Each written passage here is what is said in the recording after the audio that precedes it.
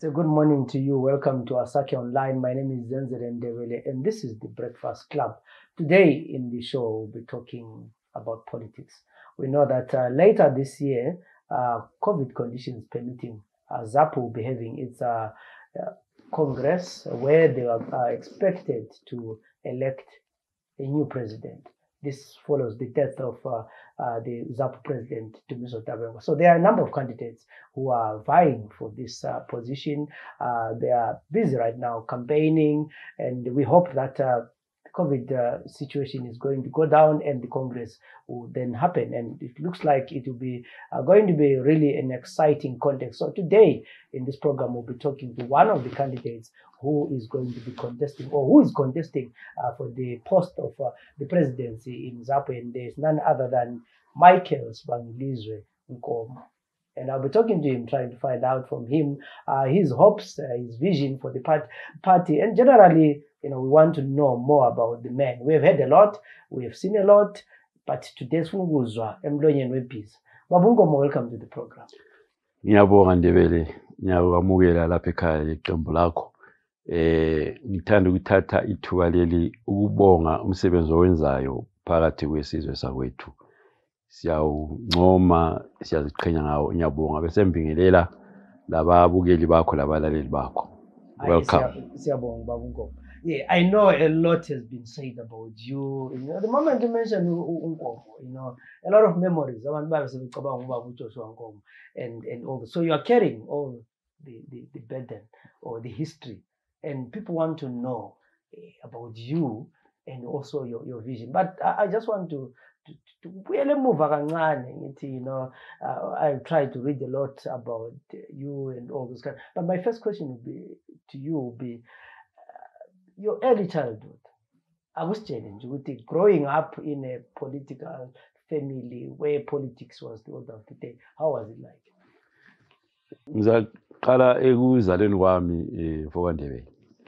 Ngizelwe ngoSeptember 29, 1958. Ngizalelwa eSt Joseph eKheze, Matopo South. Sisuke St Joseph ke sahamba imuli sayahlala eMpandeni Secondary School lapho umama abefundisa khona i-homecraft. Kade kungama 62, 61, 62. Sisuke eMpandeni ke sesibuya lapha edrobheni koBulawayo ngo 62. Safika sahlala ngale nqawulapha duze le hall yephela ndaba lapha. Sisuke eMpandeni singabantwana abathathu.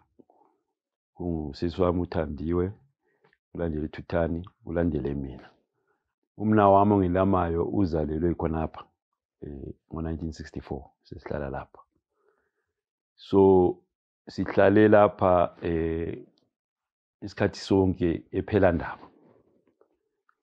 Imuli ihlala lapha kwaze kwaba isikhathi sempi. Sasuka ke sesiphuma sizakungena kuloko mbayimbayi. Ukufunda wami ngiqale ukufunda ngekhaya esintwini sangakithi. Umama lo baba bebengabantu besintwini, bebengabantu bamasiko. So ekufundeni kwami angisho imfundo ikuvula ingqondo yomuntu. To have that wider world view. So ingqondo yami iqala ukuvulwa ngekhaya. Besifundiswa imkhathi, inyanga, inkanyezi ukuthi kusebenza kanjani, njalo njalo. Bese sifundiswa ke ungabambi lokho, ungayenzi lokho akulunganga. Umama ke lokho akulunganga mntanami. Into yomuntu kayibanjwa, into yomuntu iyacela. Hayi beka lokho.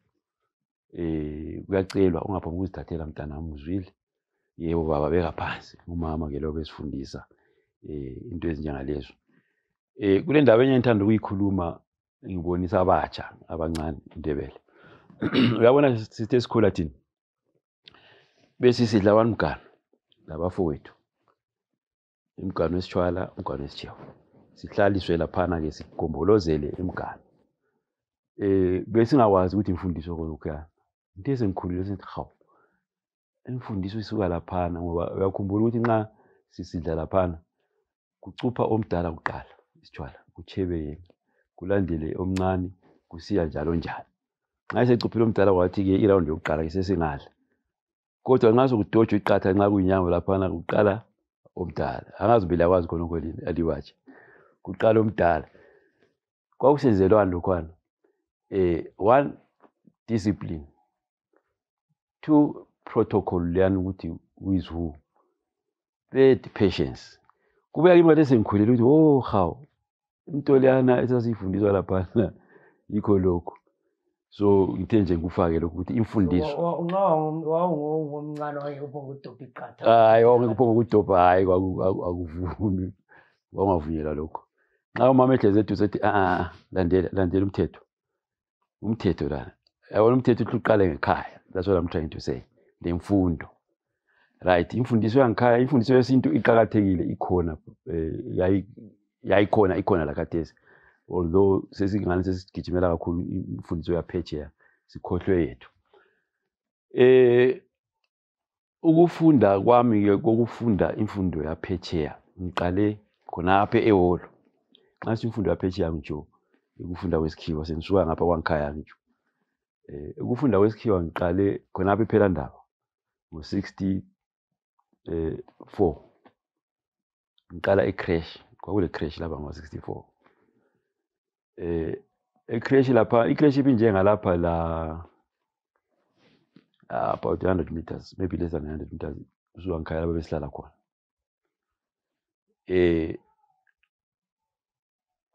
Ngithe ngise-crash, there was always this attention and fuss around me. Now I was doing ama-DJ labantwana. For example, sasithi ngesikhathi kwakulalwa so kwakule ngubo zethu ngubo ezincane so. We were 6-year-olds antsho. Kwakulesikhathi sokuthi kuyaphunyulwa kuyalalwa. Ekuseni sesinathi isuphu yethu sokuphunyulwa ke sesilala sifola so. Teacher wami, mistress kwakuthiwa nguMaphane, Miss Maphane. Sesilalisile lapha ekuphuma isikhathi ezivothamele lilanga. Mina ngamvuka thathwa ngabantwana ngabafana siyebuthana lapha ekhoneni. Uyawuthi buya mistress. Wena khanda khulu awuzwa wenzana abantwana labo sibabuthelele lapho. Sesibaleka singena ngutsheni. Ngitsho ukuthi that fuss engitsho around me, that attention lento engangizenza sezibuya kimi ukuthi okay kathi kuqala so. ePhelandaba lapha sihlala lapha duze leHolo. Sasihlala opposite lendlu yeZanu. You remember iZanu yafona ngo-63. Sasanda kufika lapha na-63 I think. So sasihlala opposite lendlu yayingeyezanu, abantu beZanu. Ngaqala mina ukubona i-violence yeZanu ngaleso sikhathi. I-violence yeZanu ngiqale ukuyibona ngingumntwana kakhulu. Kwakuthi sithi sizihlalele ngikhaya kwakuhlala abantu abancedisa abazali, you know, not less than 20 at a time. Ebusuku lemini. So kwakuthi kwesinye isikhathi abantu beZanu laba bedlule besithethisa. Khuluma inhlamba. So umthetho wangikhaya wawusithi lingabaqali. Ubaba lo lingabaqali. Kodwa lizivikele nxa sebeligangile sebesilwa. So babedlula bekhuluma inhlamba bengabona laba abangithi bengaphendula obhuti bami laba abadala labo sisi abadala. Ngitsho laba besasihlala labo sasibabiza bhuti sisi kwangani siyimuli so sasiyimuli. Bengabona bengaphenduli sebeqala usijikijela amatshe. Abantu beZanu across. Jikijela amatshe too much dominate lapha ufama windi. Kwelinye ngiyakhumbula ntambama sathi sizijayivela nje phansi kwe-radio. Bajikile itshe. La wela sisanda kuhlala phansi, la wela phansi lapha esasigida khona singabantwana. So into leyana ye-violence le ikhulile yaze yafika ekutheni sokuchitha igazi labantu sokulawa abantu. Isukele kudala. Uyangizwa kuhle. Isukele kudala. Sizakhuluma ngakho phambili kodwa ngithi ukuthi ngikubeke nje. Ukukhula kwami ngikhule ngibona udubo olukhulu kakhulu, ngibona ubuhlungu obukhulu kakhulu. Ngibona ubunzima angeke ngithi ukuthi freedom yazi up to today. So-ke ngisuke e-creche lapha ngazofunda la esibona isikole esinduba lesilapha e-primary school ngiyenze lapha eNduba. Grade 1 well saqala sub A kwatshintshela kithi ama-grade sesiya ngale sokuthiwa sub A sokuthiwa grades kwatshintshela phezulu kwethu abana sasiku-sub B or sub sub B. Enduba-ke lapha lakho into engitsho e-attention ngaqala ukunikwa izikhundla zobu-prefect from grade 6 grade 7. Of course lonke ezazisenzakala ngale ngisasemncane engasazikhumbuli but I remember ukuthi ngaba yi-prefect esikole lesi from grade 6 grade 7. Ama-teacher lapha kwawulomdala ukuthiwa uNdebele wathiwa uJomo wayele ndevu ezinjengoza Jomo Kenyatta, President Jomo Kenyatta wathiwa uNdebele. Wayengithanda umdala lwana mbijana abanye bephuma eklasini ethi sala lapha wena sibangilizwe khanda khulu sala lapha. Kwasungu-64 65 uyakwazi ukuthi ubaba wakho umuntu omkhulu kakhulu. Hayi angikwazi ubaba wakho ulwa lamakhiwa that is khona sisebenza la. Didn't mean anything to me at that age. So-ke hayi kwaba njalo-ke lapha ngaqeda i-primary school yami lapha ngaya eMpandeni secondary school. Mpandeni secondary school ngahlangana lokuthi vele kwakule political awareness enkulu, political activism enkulu eMpandeni. Abantu for instance abanjengabo Chief Justice Malaba abafunda kwaMpana, I think labo Strike Mkandla bachiya abanye bakhona baxotshiwe eMpandeni bexotshelwa political activism. So lathi kwaMpana-ke sasihlala senze ukungezwa, you know, sithwalisa nzima aba-ofada laphana ke kube le strike ke siyala ukudla laphana protest nje lathi in that fashion wokuthi nje sitshengisele ukungasuthiseki kwethu hatshi okwesikole kodwa okwelizwe, ngoba sasihlala phansi sikhulume singabafanyana sikhuluma ngepolitics. So yaba njalo-ke indaba yelokhu eMpandeni. Ngisuke laphana-ke sensiya phetsheya 75 phetsheya ngisiyafundisa imfundo zaphezulu ngayahlangana-ke lama-refugees awe-South Africa, ama-refugees e-Eritrea labanye abathile abavele e-Africa lakwezinye indawo babe ngama-refugees eMinnesota. Saze siqalisa into ze-protest futhi sesihlangane lama-American. Ama-American babe ncedisa into e-anti-apartheid, the anti-Rhodesian campaign. So-ke sesihlangane labamhlophe ngoba lathi senza ama-demonstration campaigns and what against apartheid and so on.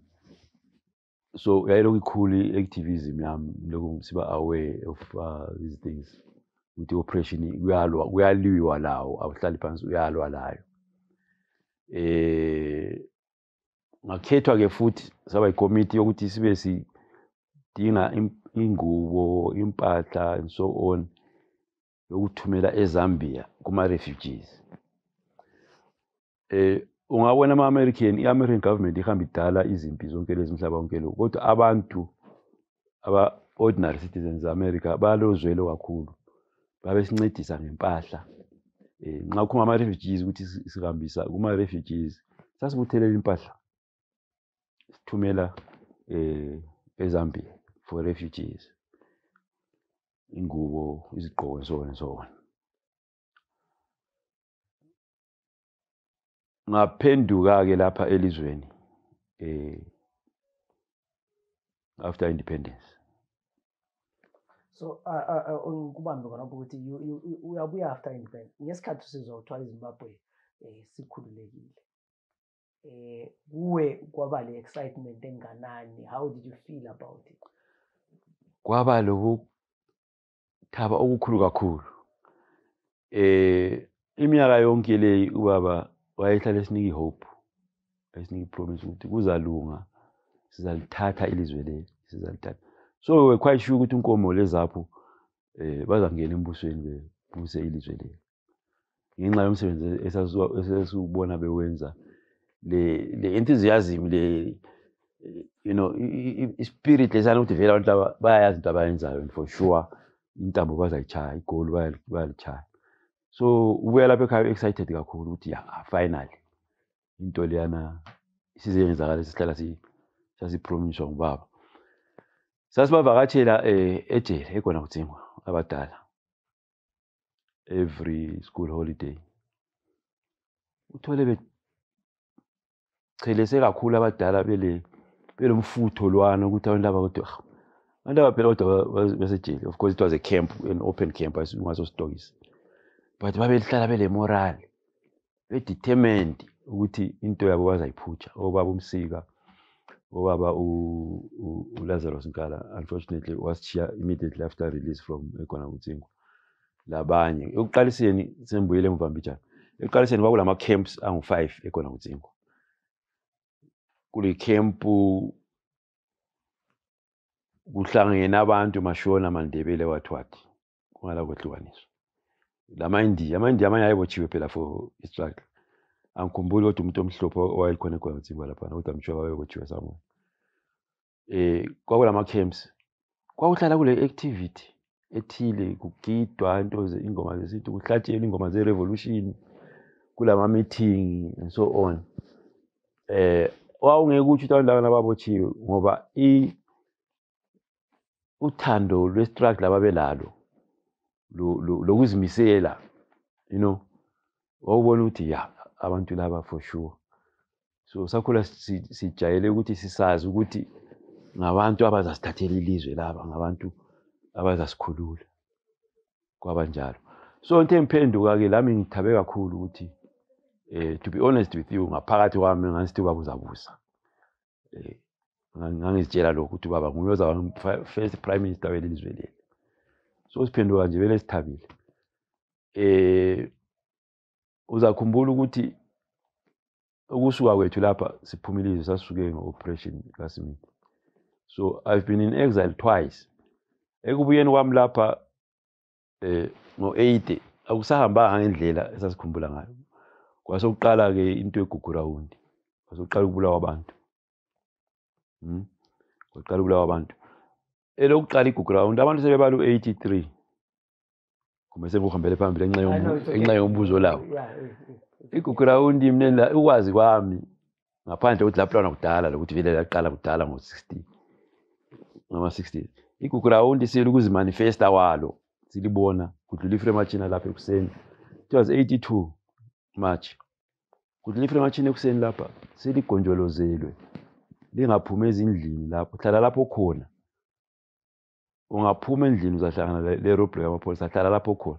Hawu. Ugonjolozelwa abantu kathi sokuqalisa ukugangwa.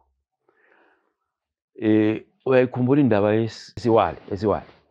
Kwabe abantu abavele esiwali abantu sebebulewe lapha.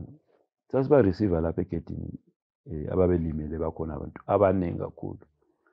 At one point umuzi lo waba refugee camp. Isikhathini sana abantu bezocatsha lapha mdala siyabulawa. Baba abantu sebephekile. Elweke umdala ezama ukulwa ngendlela zonke ukuthi emise into leyana. Kwaba yikho lokho ke, yikho second time ku-exile ngase ngayacatsha eCanada. Kodwa la ngase ngingabanjwa savalelwe eStops Camp lapha imuli yonke. Labantwana abazukulu okunga savalelwe eStops Camp. After umdala esechaphile wayeBotswana, sasala sivalelwe lapha. So kwaba mnandi okwesikhatshana ukubuyela kwethu lapha ekhaya, kwesikhatshana esifitshane kakhulu. Like I'm saying to you, I've never known real freedom from the time of Ian Smith. So you go to Canada in isikhathi. Yes. Someone would say, wawusubonile ukuthi izinto azihambi. Why do you come back? Uyazi, home is home, into yokuqala. Njalo kukhona okuyinto ngaphakathi ukuthi ngeke ngihlale khatshana labantu bakithi. So umdala wasengibiza ke engincedisa to decide wathi buya lapha ekhaya. Ngathi ngisithi mdala abangani bakho bayabulala, wathi ayibuya lapha. Buya uzohlala labantu, ungahlali khatshana, uhlale phakathi kwabantu. Yikho kubuya kwami. So uphi umnyaka lo? That was 91. Yes, 91. Way after the Unity Accord. Way after the Unity Accord. Hayi ngangingabuyi sibili kwamangama kodwa vele ukuhlala ukuthonisisa. Yeah. Ukuthonisisa emazweni abanye abantu akumnandi eNdebele. Ilizwe lakithi, ilizwe lakini limnandi. Emazweni abanye abantu uyabuhlezi nje sibili kodwa akumnandi. So lakho khona ukuthi uyabukwazi ukuthi kule responsibility ethile olayo. Umele uhambe ekhaya sebenza. Ngase ngiphenduka ekhaya lapha waseqalisa ke umdala ungibonisa this and that politically, socially, this and that.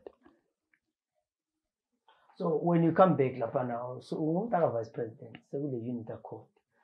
Into sezingani akusalwiwa so do you get privileges like we see now abanye abantu abaku politics? Wawungangena yini office umntaka vice president cela itrack yethola inhlabathi. Into yokuqala ungakhohlwa thina imfundiso yethu especially ngapha esintwini esindebele la ukuzishaya isifuba kuyazila.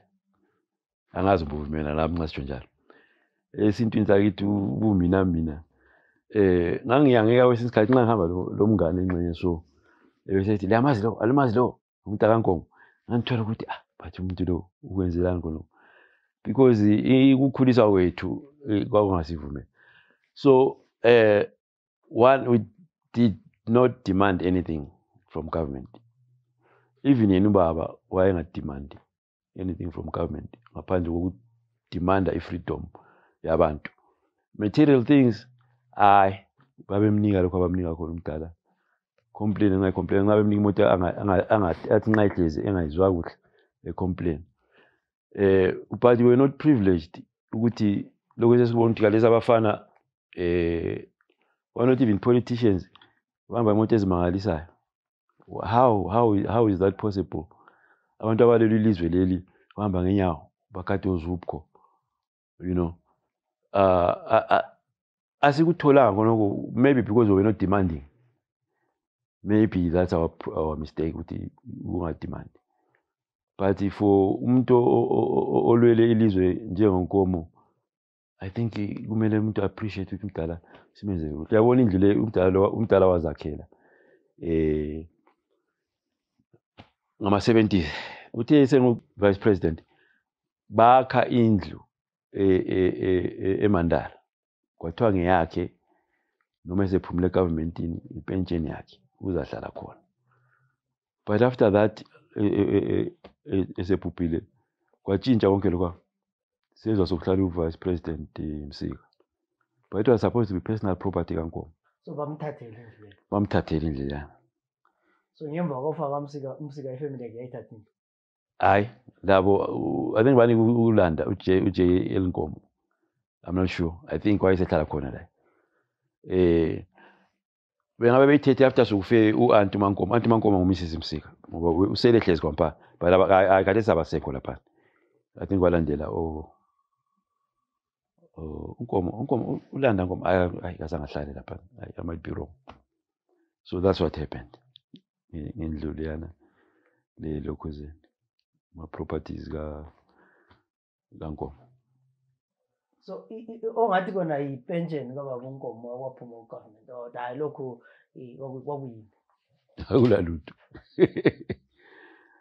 Kwala zona izivoti ayihamba ngazo wathi ebhubhile thatha zonke.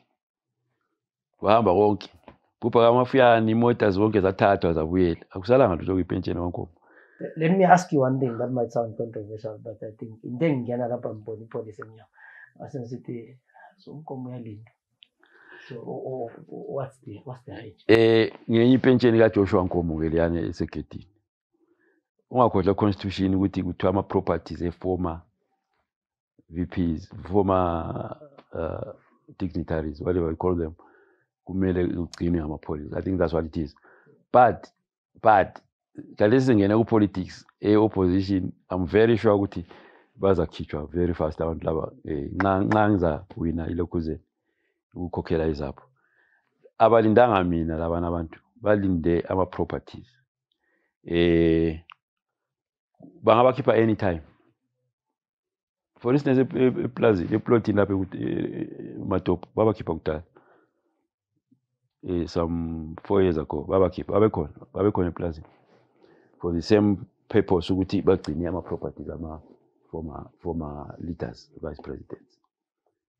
So akube very clear abalindanga mina, although kuyanceda i-community lapha ngoba bayabuya abantu bezo-reporta lapha ama-problems abalawo around khonapha. Bayabuye ebusuku betshaya igate lapha, umpolisa maybe raise i-Westcom ukuthi sokule problem lapha. I-advantage esilayo kuphela esingayibongela ukuthi kuba khona wabo lapha lamapolisa lawo. So now let's talk about you. All this, like, you come back from Canada, what do you do in that? From coming back to Canada, ngaqala ukusebenza company yangikhaya ukuthi Blue Lagoon eserenkini laphana. Ngasebenza khona lami kwaphana one of the managing directors lo sis. That was i-retailing lokhuze ndiyana le-restaurant what. Hayi ngabona ukuthi lapha umsebenzi ukhona kodwa awula challenge enough. So I went around looking for mining opportunities. Ngagcina nde mine eSigodini eMalungwane. So I got involved in that mining. I got involved in agriculture, farming, enkomeni lokulima impita and so on. Ngokuya kwesikhathi ke ngase ngiqalisa ukujoyina ama-civic organizations. Ngijoyine inhlanganiso yami yokuqala Madojeni Cultural Society. Bekusenziwa into zamasiko and so on. Kwaya ngesikhathi ngaba involved entweni ezinjengelokuze ngangu gathering yokwenza i-constitution. Ngangu Makra organization engangiyo. So ama-civic organizations have been there. Ngase ngiqalisa ke ngase ngifoma ke i-Joshua Nkomo Cultural Movement. Isizathu kuyikuthi ngifuna ukukhumbuza abantu bakithi ngosiko lwakibo ukuqakatheka kwabo lokuthi silivuselele. Why Joshua Nkomo? UJoshua Nkomo was a cultural man. Joshua Nkomo was a spiritual man. Umsebenzi wakhe yonke was based on spirituality. Ithatha from there. So ngase ngibona ukuthi ngingasebenzisa that name in that context. Abantu bazazwisisa masinya. Ngakhuluma nge-cultural movement. So ekuhambeni kwethu sibhoda lapha emakhaya ebantwini lapha. Babekuzwisisa kakhulu beconfirm futhi abadala ukuthi hawu umdala yesiyakwazi wahamba wacela impi eDula, wahamba wacela lokho enjelele and so on. Alilahlekanga amajaha. Kuhle sibili hayi siyabonga nqalibe ngendlela enje. Now, uya kwesikhathi kwezinye izindawo abantu bathe besithi siyakuzwa lokho elikwenzayo Nkomo kodwa phela wena umntane zapho. Into le lenzayo izaphelela ngaphi? Kuhle sibili likhuluma ngezapho, likhuluma ngesiko elancedisa izapho ukuthi ikhule, likhuluma ngesiko elancedisa izipra ukuthi ilwe impi ngendlela yamasiko. Siyalizwa sibili kodwa sicela Nkomo ukuthi licho ukuthi i-cultural movement yenu le izaphetha ngani. So ke abanye babephuma openly bethi Nkomo thatha intonga kayihlo, thatha intonga kamdala uncedise abantu badubekile. Kwaya ke ngesikhathi lokusenza i-cultural movement. Kuthe ke ebranchini yami emaphisa emaheje labo lokho begqugquzela ukuthi hayi Nkomo phela asokuhlala lokhu uthule ebranchini lapho ukuthi usebenzela phansi ngoba umsebenzi owenzayo lapha around lento esizizwayo ebantwini lapha kusho ukuthi sokuzamela usukume kwelinye ilanga ezaphinda lapho uqanse ngathi mina hayi but antsho ngiyenza lokhu lapha ngizaqansa kuzahambelana njani kwathatha isikhathi sonke lesana iminyaka lokho bengicela ebranchini yami ukuthi kanisukume kuze kwathi lo nyaka ke bathi ha Nkomo ubaba uDidi usehambile sokule vacuum lapha abantu bathi bayabona ivacuum sokule vacuum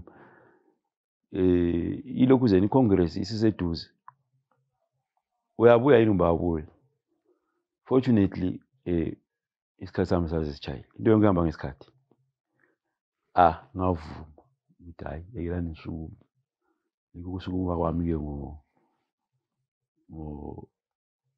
March ukuthi ngithi sengincintisa lami labanye isikhathi sasesihambile but kwasokusitsho inkulumo zabantu zonke zaliminyaka yonke lana isongene kwaze wachaya kwavuma le branch yami isibili sitsho ukuthi hayi ndoda ungayekeli ivacuum le ikhula kakhulu sukuma sibone kuphela ukuthi uncedise njani and up to now angila regret yokusukuma kwami. Omunye umuntu angathi ayizapho since yafona ukuphuma kwayo uzalo contest ama-elections but ayenzi kuhle I think ayikawini isithi eyi-1 ubaba uNkomo yena uza kutshintsha njani lokho? Liqiniso izapho ayikawini lutho ayikawini amasithi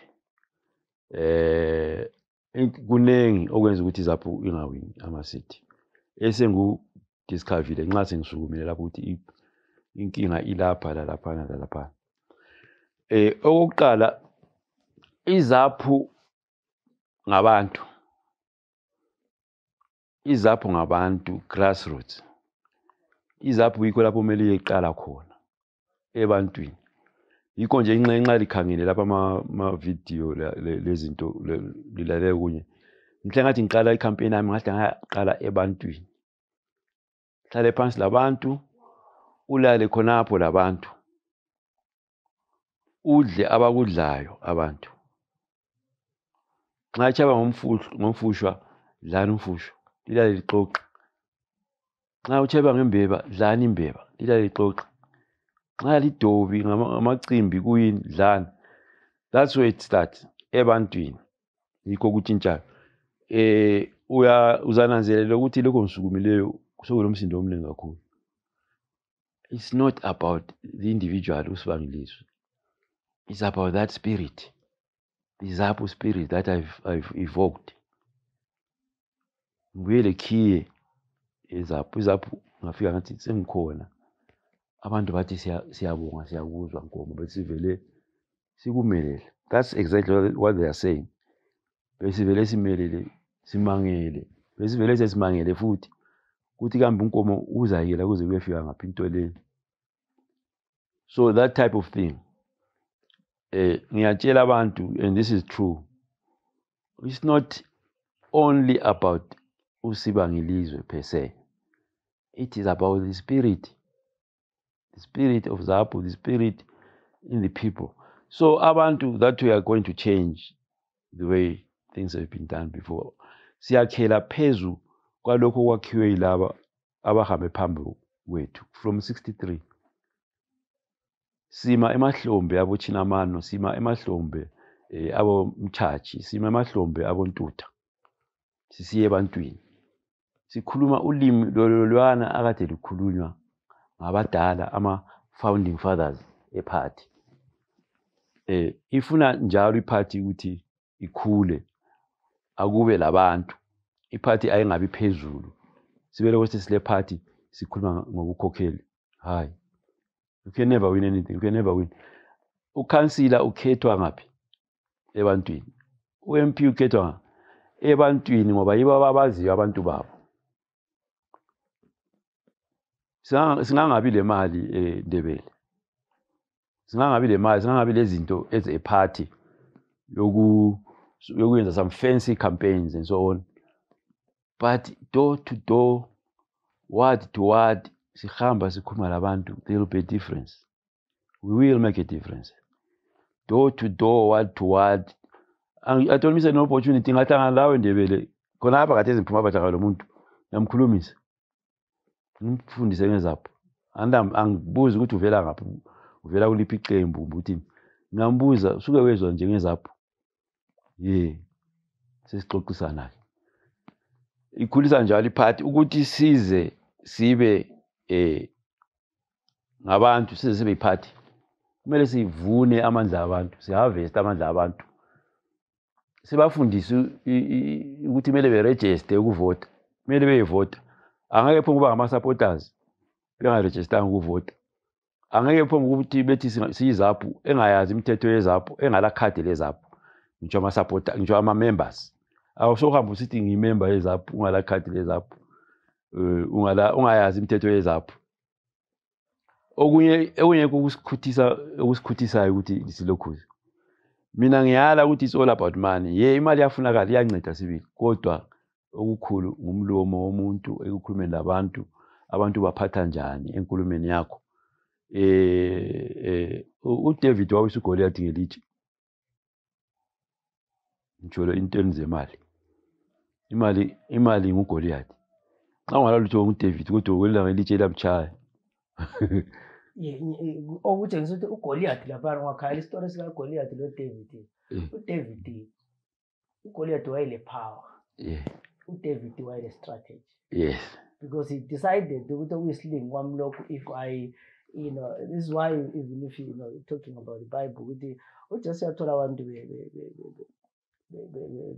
usuku bonke lapha bethiya bengabambi lutho and uthi kibo there is nothing wrong with umfula lo elithiya or amambulo liwasebenzisayo but the strategy and he says to them cast your net wider and babamba inhlanzi ezimali yikho izapho ekwenzayo khathesi so bese ngisithi kuwe problem like you are saying which has been the strategy and you find that a lot of zaphu these days sekungabantu abadala because nostalgia what is your strategy in attracting the young person ozelwe ngo-90 ongawaziyo ubukhulu bezapho ngo-1980 izapho kayixoshi umuntu sifuna wonke umuntu abatsha labadala abatsha abaduba ngokuchothoza abadala bese bekhangelele ngani asiyazi into esiyenzayo abadala laba biselani ilizwe lapha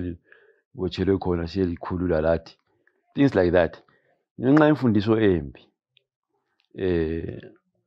umbuso lo ufundisa abantu into ezimbi kakhulu ufundisa abantu into ezimbi kakhulu but siyaba invite abatsha abaxotsho we are attracting them ukuthi abasondele entweni ngingathi into yakwabo I don't think kule muli zingaba khona zilutshwana imuli engazange ibe khona kuzapho ngemuva le uyise emkhulu uyise ugogo and so on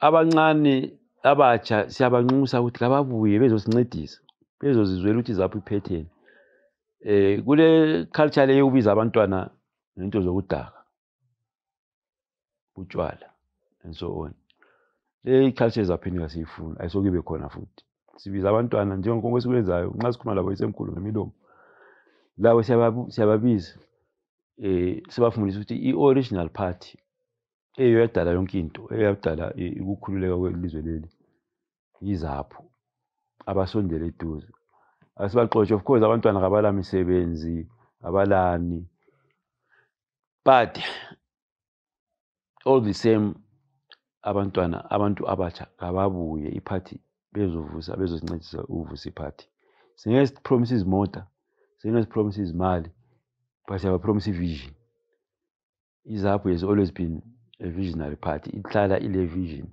i-vision liyana yabo baba ayiphelanga ideology liyana yabo baba ayiphelanga so umuntu omutsha nxa umbiza umfundisa umtshengisa i-vision I think umenza better favor than ukumnika isikadi ukuthi ucampaign le ngathi isikadi ukuthi cine silwa labanye cine bulala abantu omunye umntwana sesiye ejele. So wa inviting abatsha ukuzothatha ivision leyana, ukuzothatha ivision yokuzimisela, i-determination, uzothatha ivision yokuthi uyakwanisa ukuzenzela, uyakwanisa ukuzakhela into, ungameleli ukukhamisa ufito njengomntana enyoni. Lokho sikubona abantu behamba befitwa indumba the cooking oil, basilimazela abantu, usilimazela abantwana. I-Japanese saying lana ukuthi nika umuntu iwuka ezithiyela inhlanzi, ungamphatheli inhlanzi kuphela, iyo kumele izaphu idonsele eduze. Izaphu ile vision, has always had a vision. Uyakhumbula ukuthi khona at independence izaphu yayile structures zonke ze-government, konke immigration, name it, i-government, there was a government in waiting kuzaphu, okwakungekho kwenye party yangena embusweni ingekho prepared. So that vision iyo kumele sinika abatsha, that vision, that hope, that direction yokuthi you can do it for yourself. Asifundiseni abantwana khonokho. Lokho kwenzakalayo uhamba kunikwa abantu indumba ezibolileyo lehafusaka empuphu ukuthi lishiye. It's bad, it's not our culture. Lokana kumele kube le department ye-welfare to cater for the less privileged of our people, for the unfortunate. Not ukuthi wonke umuntu nje uhamba uniwe. And it's supposed to be a government program, not a party program. So hamba uncenga abantu ngelokhuzeni ngendumba ezibolileyo.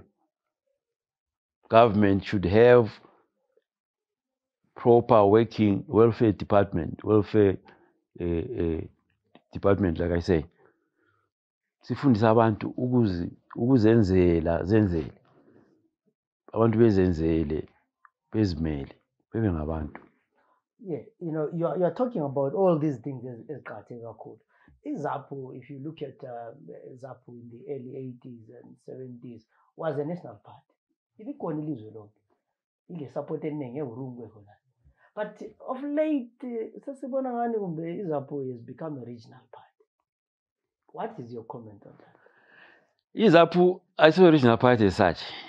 Into yokuqala ukuthi galesi ingakhanyi ukubambana kwethu in the regions, i-COVID antsho sivalele ukuhamba. Ngabe selike lasizwele kubo Mtari, eManicaland, Mashonaland West, Mashonaland Central. Ngabe selike la izwi Izaphu campaigning, meaning thina abancintisa kulokhuze. Ngabe selike lasizwela. 1, 2, Izaphu i-party yama regions. It's regions party rather than a regional party. Ungakhohlwa ukuthi Izaphu igqugquzela ukuthi ama regions azimele. Sisebenzisa i-devolution of power esisekelweni sombuso. I-devolution of power yavela ebantwini, ayivelanga ku-government, yavela ebantwini.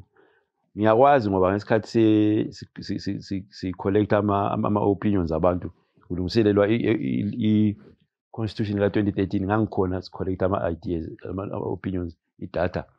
Into yaphumayo for instance eMathebeleland kakhulu kwakufunakala devolution of power and ubukhosi, kwakufunakala kakhulu. Although sofika ngale kwadilute sebelungisa o-co-park ngale. It was not just Mathebeleland kuphela wefuna devolution of power. It was all over the country, only at lesser rates, lesser degrees of wanting. Mathebeleland yaphuma kakhulu. So Izaphu ithatha lelo thuba ele devolution of power ukuthi siqinise ama regions, singiphathi. Izaphu izakuma iqine eManicaland, Izaphu izakuma iqine eMashonaland Central, Mashonaland East, West, Mathebeleland South, Midlands, iqiniswa ngama locals, bezikhethela abakhokheli babo local, befundisa abantu devolution of power, befundisa abantu ukuthi udla okungokwakho lapha esigabeni sakho. Umuntu eMtare kadle ingoda yakhe, i-diamond lakhe elidle elisude ezenikeke lawo afuna ukumnika, ufuna ukulisa eChina, ufuna ukulisa ngapha, sokusuthisekile ngekhaya. Yikho ke iZAPU izaqina ngayo i-devolution of power. Izaqinisa i-devolution of power. Akusikho qiniso ukuthi iZAPU is a regional party. Ngabantu abazama ukusibisela emuva. Ngabantu abawaziyo amandla eZAPU ukuthi anganani nxa ingasabalala ilizwe lonke leli. Bayawazi lawo mandla akhona. Siyakha Ndebele. Siyakha khathesi kuzacaca masinya ukuthi iZAPU asiyo regional party. It's a regions party. Sizakhuthaza bonke abantu ukuthi kabaqine kuma regions wabo. Sesihlangana sesibambana ke nationally. Which makes a lot of sense to me and to a lot of people. Asithi uyabuthatha ke ubupresident beZAPU lapha ku Congress. Kuyini osithembisa khona sisiya kuma elections ka-2023? Into enkulu lapha kumele siqale sazi ukuthi isitha sethu eZimbabwe siyi-one sonke. Lento one esifunayo sonke la sifuna inkululeko. Sifuna ukuphume ebunzimeni lo. Sifuna size sizwe ifreedom eyalelwa ngobaba labona wethu labazawo wethu labobhuti wethu labomalume wethu labomakhelwane labangani and so on. Size ize ibuye lani freedom. Mina ngingathatha isihlalo sokukhokhela iZAPU. Into yokuqala yikulanda labo asebebulele isizwe. Hathi ukuya negotiate, hayi ukuyakulwa. Sizakulwa ngomlomo, sizakulwa kuma votes, sizakulwa ngendlela zonke ezillegal ezivunyelwayo ezingasoke zichitha igazi ukuthi lo budlwangudlwabu buphele.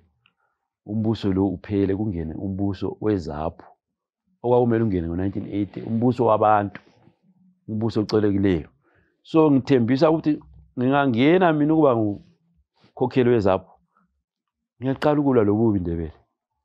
Ngiyahle ngiqala ukulwa lobubi, angisoke ngigijimela ukuthi sengiyadinga i-coalition lobani. Ngikhulisa iZAPU into yokuqala.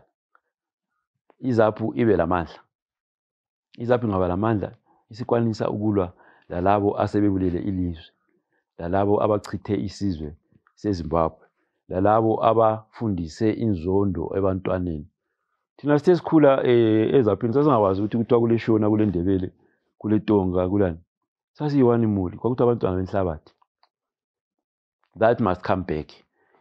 iZAPU is a pan-Africanist party. Pan-Africanism means we want to build a strong Africa. A strong Africa begins with us as individuals. A strong Africa begins with ZAPU as a nationalist party and a national party. A strong Africa begins with a strong Zimbabwe. So simele sakhe iZimbabwe kumele ngo-2023 iZAPU ithathe umbuso siqalise ukulungisa ilizwe. Engikuthembisayo yikho khonokho asoke ngithe mina ngeke ngithembise okuningi ngithembisa ivision, ngithembisa ihope. I think it sells a lot ngoba uyabukhuluma iqiniso Ndebele. Awukuncedi ukuthi ngipromise abantu amanga kusasa ngasafulfill. But ihope iyabe kuwe la, ivision iyabe kuwe la msihamba sonke. Sisiya laphana kumele siyekwenza, kumele sikhulula abantu. I've said before ukuthi mina ukupromise angipromise, I commit. So ngithanda ukucommita khona ukuthi ngizazicommita, ngizafaka impilo. Sembeke phansi konke engikwenzayo by the way. Senza ipolitics. Konke umsebenzi wami lokho sengidelegate abanye ngachiya. Ngaresigna i-cultural movement as chairperson and trustee and whatnot. Ngifuna iZAPU isukume ngoba iZAPU isimele ilindele ukuthatha umbuso. iZAPU isimele ukuthi ilungise ilizwe. Ilizwe lisebunzimeni, into zichithekile. Abantu bachithekile ilizwe lonke. So kumele iZAPU umhlaba wonke abantu bachitheke bayafika emhlabeni wonke. iZAPU sokumele ibuthe imuli yeZimbabwe babuyele, and it's very possible khathesi abantu badiniwe, abantu bakhathele from north to south to east to west. Akula muntu ongadinwanga, akula muntu ongabuzwa ubuhlungu lobu esibuzwayo. So ama chances eZAPU khathesi are very high ukulungisa into lezi, ukuzilungisa yona first eZAPU, then ukulungisa isizwe, ilungise isizwe. One of the things that have always been, on the ukukhulunywa kwabantu is the properties ayezapho, ama-properties baba bakho. Remember ngesikhathi segugurawundi, even his bank accounts were frozen, and the monies were never returned, as far as I'm concerned. What's your strategy in trying to make sure that some of the things come back? Uyabona ukhuluma into enzima kakhulu, ebuhlungu kakhulu. Yes, kwenzakala khonkhwana 1982, angitsho ngizwela into igugurawundi leqhaza ngo-82. 82 kwathathwa ama-properties abantu, not just akankomo le bank accounts zikaNkomo and other individuals, lama-properties ezapho, lama-properties eZipra. Over the years kube le mizamo eminingi kakhulu ukuthi into zizibiselwe, kodwa kuyehlula, kuyapronyiswa kuthiweni senza linika. Umongameli lo khona khathesi ufunge wafunga wathi sendilibisela into zenu, but akwenzanga. Why? Umuntu olamandla Ndebele emhlabeni uyenza ukufunayo. Nxa ungalamandla kulanto ongayenza, ungakhonkotha uthini nxa ungalamandla? Yikho kumele izaphu iqale ibe lamandla, ithathe amandla abantu, ibanika amandla abantu beyenze okumele bekwenze elizweni, ukulungisa izinto ezonakeleyo. Amandla yiwo anika umuntu indlela yokwenza izinto. Angisho ukuthi siyekele imizamo yokuthi into lezi zibiselwe, hatshi, ngoba kunjiyana nje njengoba sitsho kule mali zikaNkomo ezafrizwayo zange zibuye. Kule plaza esalithathelwayo 1980, we were probably the first family yokuthathelwa iplaza kuleli lizwe. Probably, I think, maybe not probably, I think we were the first family, very first family ukuthathelwa umhlabathi othengiweyo. Ubaba wayothenga ikheshi umhlabathi lwana, wathathwa nje kwangabe indaba zalutho. Uthe esegula umdala kakhulu 97, 98, wabiselo wathi sungathatha iplaza lakho. Abantu sebesebenzisa umuntu omdala usegugile, wabisela iplaza, no compensation, no what. Kwakule nkomo over 2,000 zadliwa zaphela, kwakule this and that, everything was destroyed. Kwabisela sathi sithi siyacela ukuthi sicela phela kumbe okokuqalisa ukuthi siqalise iplaza ukuthi kakutsha, kodwa take it or leave it. Wathi ngaba iproperty iyayisingeka vice president welizwe, ilizwe laphuma ku government ukuthi take the farm or leave it. Sathatha linjalo ke kwaqalwa phansi. Akulula uqala phansi. Angaze ngithola ibank loan kuleli lizwe. Senza ukukhuluma kube kude kube kune. No, it's very important. Angaze ngithola ibank loan kuleli lizwe, but with collateral. Mina personal angaze ngithole. Angaze ngithole uncedo ku government ukuvuselela lelo plaza among other things. Komunye umnyaka ngathi nisizwa kulama loan la hamba niwa ama loan la emabhenki. Ngalandwa ngelinye ijaha. Ijaha lelo alikhomishona. Wathi uyi consultant. Wathi Mr. Nkomo, kule amalokhuzeni kule loan lapha ezinikwayo lapha. Uyekelela ngathi hayi senga-apply ngaze ngadina undoda wena usithi hayi kumele bekunike wena. Ngathi wathi kumele benike mina. Wena sayina lapha, fila lapha. Ngafila kama-form lawana. Wahamba nya undoda lawana. Some weeks later waphinde wathi yeah, you were right Nkomo. Hayi bayalile. I'm a consultant, I've done these things over and over for a lot of people. Ngathi bayaleleni. Wathi kuthiwe awusukuwonika kumsangano. Awubonakala emhlangano. Wathi ngizabona umhlangano kwathi ngasuwabo njani. Joina nganto yabo phela leyo nokuthiwa ngibonakala umsangano. So ama properties ezapho yes siyawafuna. Ama properties eZipra yes siyawafuna. And we will get them back eventually. We will. Ama properties, ama individuals, atatawo, yes, we want them back.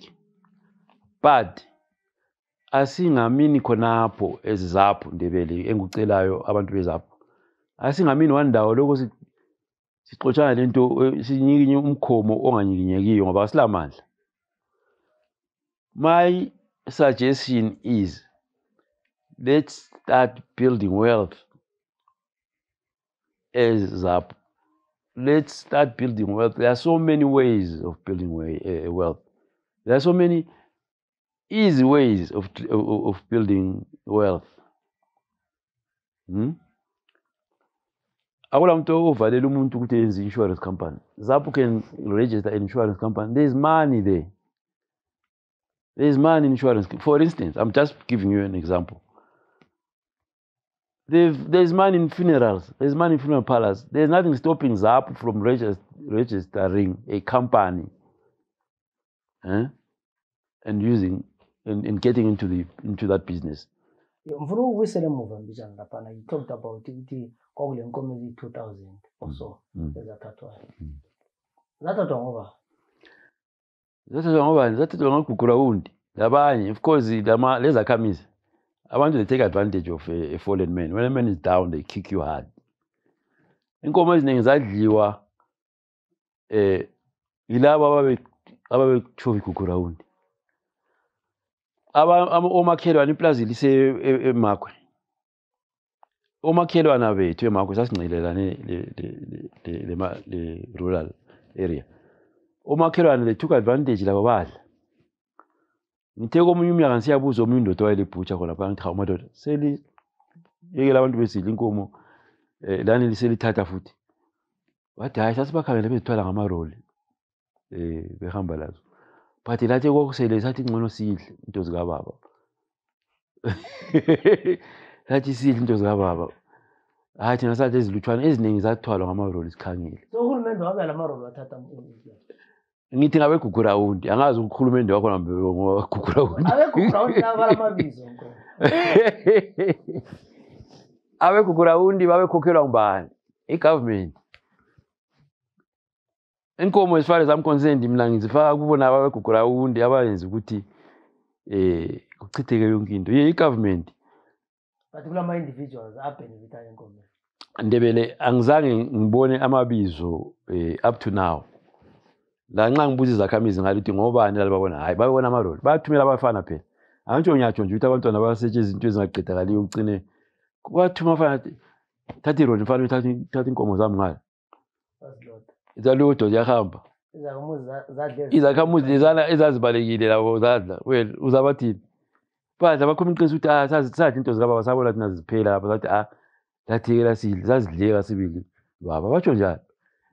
That's what happened. Lastly, we've been touching it a bit, but the issue of funding. And several times you mentioned the funding is very important. How are you funding your campaign? That's my first question. This is scrap metal. On the issue of funding. This is scrap metal. Ngiyathola ukuze noncedo here and there. Lami lakho kuncancane lapha you know. I sell this and that. Ukuzinkomo wami ku2 3. Because I'm determined. Ngizazithengisa inkomo zami ukuthi ngincedise umsebenzi lo phakama. Abantwana ngingathi abantwana ngisho abantwana beZimbabwe. Labantu not abamembazalayo but abantwana in the party bayancedisa bayaphathisa bayathumezela this and that and that and that. But asoke sime ngoba umkhonomo welizwe lo mhlaba wonke umi kubi Ndebele siyakwazi lokho singamelela abaphandle welizwe ukuthi bazasincedisa even lapha abantu bayancedisa bayafaka khona okuncane. But we've got to stand up for ourselves and do something. Isimo sibi umkhonomo umhlaba wonke singabe singafisa ukuthola okungconywana.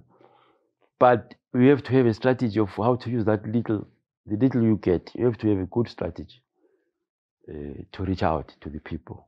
So we get some funding, not from big guys, not from big companies, not from big anybody. It's individuals like myself. Esizimisele ukuthi sifuna ukuzikhulula this time sifuna ukuzikhulula. le indlu ngeke ngithengise ngoba indlu yabantu, indlu yesizwe. So, umbuzo wesibili wokugcina in terms of funding, siya sabona abanye lapha abakuPoland labo benikwa izimoto. Bawubiza lawo ziwini izaphi president ukuthi uzothatha isuzu lawe uzahamba kuPoland. Ndebele, uthe lesikhathi ngeke ngixoxele okunye futhi. Izamile kaningi ungidonsela eduze. Okokuqala, ubaba esaphila ngebirthday yakhe yesi-80 uMgabe wabuya eMatshamhlophe ezocelebrate lo baba. I think yililanga ekhuluma nge-moment of madness, I think, that day. Although abanye babekela elinye ilanga, I think it was that day ekhuluma nge-moment of madness. Wabuya uMgabe laphana ngezwa sengibizwa ama-security, ama-CIO angu-3 sizihlalele nje phandle sidlela izinyama zethu. Bathi abadala bayakubiza laphana. Ngahamba ngithole bahlezi ubaba lapho uMgabe lapha. Uthi-ke kimi ubaba, hlala duze lukaRobert laphana mnakwethu. Ngiyahlala. Uyaqalisa uMgabe inkulumo yakhe, uyabona umdala usekhulile. Ubaba usekhulile uyagula futhi uyabona. Besicela ukuthi engxenye kumbe ungasijoyina sibe sikugruma in case anything happens to the old man. Ngafuna ukusukuma engaqedwe ukukhuluma. Ubaba wahlala phansi mnakwethu, ngahlala. Wakhuluma waqeda uMgabe. Uthe eqedile ngathi usuqedile president. Wathi sengiqedile. Ngathi mina baba angikwanisi ukusebenza laba bantu laba. I'm sorry. Angikwanisi, angeke ngikwanise ukusebenza la.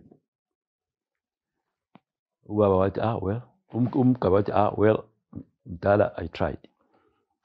Ubaba wathi hayi sukuma uzihambele ke mnakwethu. Ngabona ismile sakhe ukuthi ngathi sukuma uzihambele mnakwethu.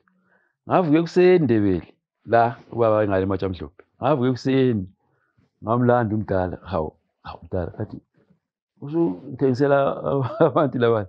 Wathi hayi ngikwazile ukuthi ngeke ukulandele lokho. Ngikwazile ukuthi ngeke uvume lokho. Ngiyabonga mnakwethu, hlala khonapho.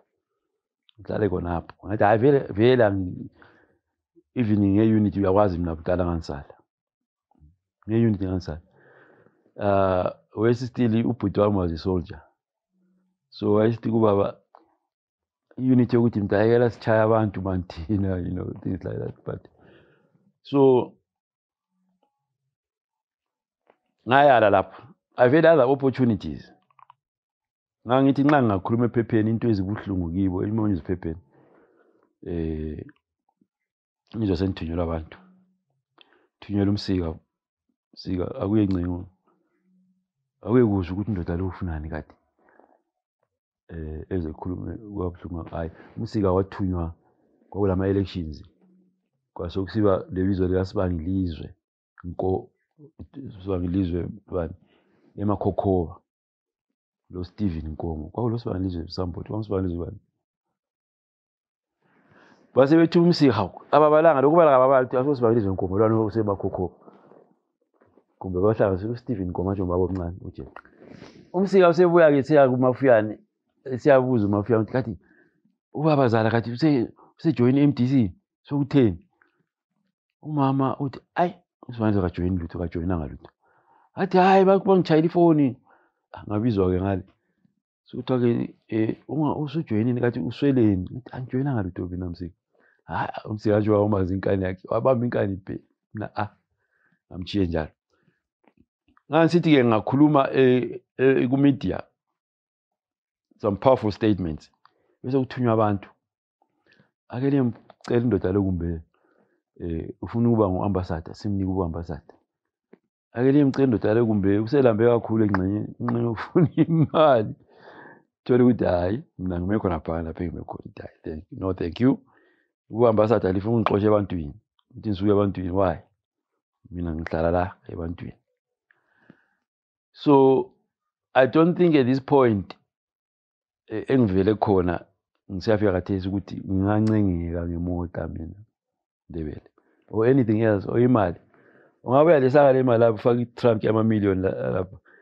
I think i-moral lokuza upbringing moral lokuza engilayo it's greater than ukuncengwa ngelokuze. That's an individual opinion.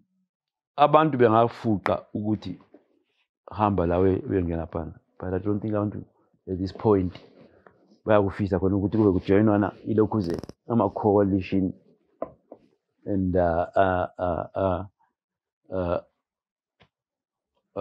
kuthiwa ama-unity lawa ama-parties. We've seen ukuthi kwenzakalani ukujoina ama-GNU lama-unity akusebenzi. I-unity esebenzayo yiyo le ngikhuluma ngayo ngizabuyela futhi i-unity yabantu at grassroots level. That's the real unity. Abantu sebaphambanisa ama-coalition awe-parliament where you cross the floor when you want to pass certain laws, then you cross the floor to make a coalition with your opponent or vice versa. You cannot outside parliament make marriages as jalo and hope for them to be useful and long lasting. They don't. So IZAPU has to stand alone. IZAPU is going to stand alone as a strong alone party without looking for coalitions, GNUs. Ukwenzela ukuthi uyehlala ethebulini egrave laphana abantu ke suhlezi ethebulini egrave laphana Nkomo usukholisa igrave Mhluzi. Abantu ke laba abakuthumile abantu abathembise ivision ke usubachiyanga. I don't think it's prudent. I don't think it's right ukulokhuza ukuyajoyina into ezinjalo ngaphandle kwesisu. Mina isisu sami kade salamba Ndebele njengoba ngisisho ukuthi ngikhule enzima, ngikhule ingayazi freedom, but lesibindi sokuma still le determination yokuthi abantu bakithi nxa bengakhululekanga lama ngikhululekanga lapho engikhululeka khona kumele abantu bakithi bekhululeke. Lokho kwemota okwama-alliance kuzake kume kuzakuma. I'm not saying we're not going to work with like-minded people and people who are determined as we are to free ourselves. We're going to work with them. We will. Sizabona ukuthi kusetshenzwa njani. Kula maphathi akithi amaningi khona esigabeni. Kule nhlanganiso ngaphandle kwamaphathi kule nhlanganiso eziningi esisebenza lazo okumele sisebenze labo esingakabathinti sisazathintana ukuthi sisebenzelaneni ngoba into eyi-one esifunayo ukuzikhulula from isitha. Isitha siyasazi. Isitha aso ordinary muntu esishoneni. That's another thing kumele ngiyenze ibe very clear ebantwini. Isitha sami ngili Ndebele, it's not the ordinary shona person ozihambelayo laphana kumbe obalekelayo khona le balekela ukulamba isiza la. Ayisho sitha sami. Isitha sami ngumuntu okhokhela abantu ebakhokhelela ebubini, ebafundisa ubandlululo, ebafundisa ukubulala. Yiso isitha sethu. And that lokuzeni stands squarely at the door of ZANU. Into lezi engizikhulumayo ububi lokho. Yiso isitha okumele sibe sazi ukuthi nxa sisitha abantu bebambane kumele sibambane ngabantu ngezigaba singabandlululani ukuthi esigabeni lapha kule shona lapha kulo mvenda lo kule khala ngalele ngeke mbambane lapho kodwa sisezindaweni ningi. Same applies to the country. Kumele sibambane in that fashion, but it starts with us. Charity begins at home. Bacho njalo amakhiwa. It must start with us, unity, like true unity, true grassroots unity. Le unity party le yokuthi kuyedliwa ngale. Kwenza ama-club kuyedliwa. That must stop. That must end. Bekwenza ama-unity, ama-coalition la kase eyenzwe eParliament. Phandle lapha akuqondanwe party njenge-party sibone ukuthi ngubani ohamba labantu, sibone ukuthi ngubani ugenuine a representative of the people. Ngubani pretender. Kuzavela. Kuyaphumela egcekeni very soon. And lastly, what's your word of, what can you say to abantu abangabefisa ukuvotela? What's your commitment? You said you don't make promises. What's your commitment? My commitment is that, or my appeal is that, abantu abasondele eduze. Abantu siyabuzwa ubuhlungu sonke. Akula umuntu ongatshela omunye ngobuhlungu. Abantu asivuleni amehlo. Njengoba ngisitsho ukuthi isitha sethu siyasazi. Asingesabi. Sifakwe ukwesaba okukhulu kakhulu ligugu rawundi le system le edilizayo. Abantu bakithi ngiyabacela ngiyabanxusa ungabe ukhuluma limbani, ungabe ungumbalabani. Siyasikhohle ukuthi kule tribe lapha abantu abamhlophe, kule tribe yabantu abangamandiya, ngasikhuluma ngama-tribes. Ngiyacela abantu bakithi ukuthi besondele eduze sizolusana lobubi lobo. Isitha sethu uyibubi obulapha. Isitha sethu ngulo osifundisa ubandlululana. Ngake ngathi mina iZAPU kuzamele ifake umthetho wokuthi ungakhuluma itribalism kumbe iracism kumbe into zokubandlulula ezizwisa abanye ubuhlungu, kumele kube licala emthethweni. Ngicela abantu abasondele khona sizafaka imithetho enjalo, siyakhe isizwe, siyakhe ilizwe kule mithetho eqinileyo ukuthi ungadeleli ungahlambazi omunye wakho, ngoba singama-Africans sonke, singabantu sonke. So abantu bakithi angithembisi lutho, ngiyacela okwami ukucela ikakhulu abatsha ukuthi abasondele eduze. Abasondele eduze bezithwalisa umthwalo lo. Asomthwalo lula, ufuna sonke. Ufuna sonke sindawonye, sizanqoba. Sizanqoba lalabo abayizitha zethu bayakwazi ukuthi nxa sibambene sindawonye sizanqoba. Ngiyathaba njalo ngiyabonga ukuthi abantu ukhaya ngani bafuna ukubambana masinya. Bafuna ukubambana masinya abantu ukuthi sibone ukuthi siqede lokhu kudubeka lokhu. Siqede ukudlwangudlwangu balaba abantu ababuya le system yoku-divide abantu, system yokuchitha igazi, ukuthi ungazuchitha igazi akulani. Bachithile igazi khathesi 2017 kuchithiwe igazi lapha elizweni. Kwenzakaleni? Akwenzakalanga lutho. Kumele kuphele konke lokho. Ubulala umuntu kumele uthonisiswe. Kule justice, kule mithetho elizweni lekathi indaba ikhetha abanye ntshiya abanye imithetho yalelo lizwe. So ngiyacela abantu bakithi abasondele sisebenze into le. Ngiyacela abantu bakithi ababuye bejoin iZAPU ngobunengi. Bethatha amandla abo okuvota, beyevota. Sikhiphe ububi lo. Baba Nkomo, siyabonga kakhulu ngokuthi lesinike ithuba. Sixoxa lani sizwe what you intend to do when you win i-presidency yeZAPU.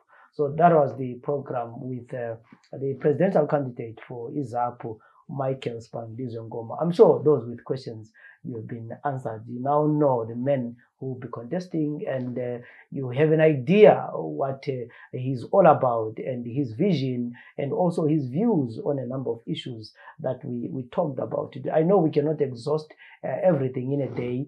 There's a lot that can still be discussed, but I hope that in future we are going to also, if he wins this campaign, we're then going to ask him about the policies of the party, the direction, and also their policies on many other things that involve the economy. For today, the idea was to just find out from him, ukuthi yena umingaphi entweni ezinjani, umuntu onjani, uyakwazi ukukhuluma, singamthemba yini, into ezinjalo. All those things, I think it's up to you now ukuthi libone ukuthi umuntu engamvotela yini ngo-October or liloku lilensolo. We also expect feedback from you on many other issues. My name is Zenzele Ndebele. This was the Breakfast Club. Till we meet again in other programs. Have a good day.